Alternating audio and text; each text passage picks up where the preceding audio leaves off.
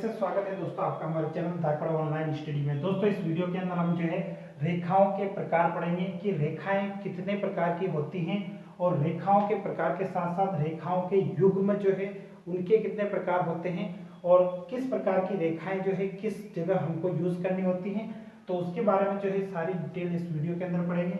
सबसे पहले हम बात कर लेते हैं रेखा के बारे में। तो रेखा यानी कि ऐसी लाइन हो जाएगी जिसका न तो प्रारंभिक बिंदु निश्चित हो और न ही अंतिम बिंदु निश्चित हो, यानी ये कहाँ से आ रही है और कहाँ तक जा रही है इसका कोई भी जो है बिंदु निश्चित नहीं होगा। ना ही इसका प्रारंभिक बिंदु निश्चित है और ना ही इसका अंतिम बिंदु निश्चित है, यानी कि जिसके दोनों बिंदु अनिश्चित हैं उस लाइन को उसको हम बोलते हैं रेखा। उसके बाद किरण, किरण किससे बोलते हैं?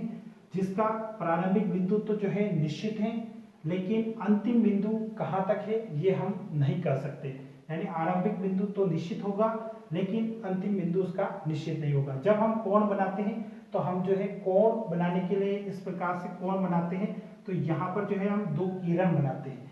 यहाँ पर इनका प्रारंभिक बिंदु निश्चित होता है लेकिन अंतिम बिंदु कोई निश्चित नहीं होता।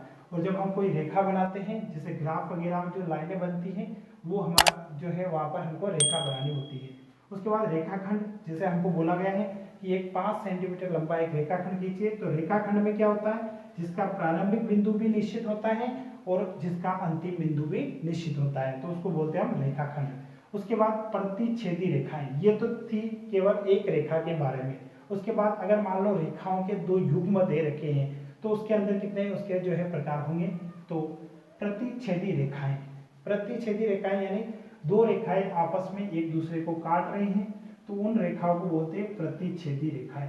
तो ये जो दो रेखाएं हैं वो एक दूसरे को जो है इस एक बिंदु पर काट रही हैं, तो इन रेखाओं को बोलेंगे हम प्रतिच्छेदी रेखाएं। उसके बाद समांतर रेखाएं, समांतर रेखाएं मतलब दो रेखाएं जो एक दूसरे से समान दूरी पर हो, इनके बीच की दूरी, यहाँ पर इनके बीच की दूरी क्या हो? समान हो, बराबर हो, तो ये दोनों रेखाएं जो है एक दूसरे को बिल्कुल नहीं काटेंगी और ये दोनों जो रेखाएं हैं वो समांतर रेखाएं कहलाती हैं। उसके बाद समपाती रेखाएं, यानी कि जब एक रेखा के ऊपर ही दूसरी रेखा आ जाए इस प्रकार से, तो इन रेखाओं को बोलते हैं समपाती रेखाएं।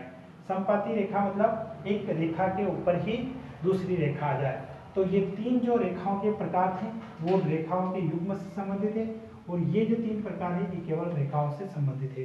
तो दोस्तों अगर आपको हमारा वीडियो पसंद आए तो वीडियो को जरूर लाइक करें और अगर आप हमारे चैनल पर नए हैं चैनल को जरूर सब्सक्राइब कर देंगे। धन्यवाद दोस्तों।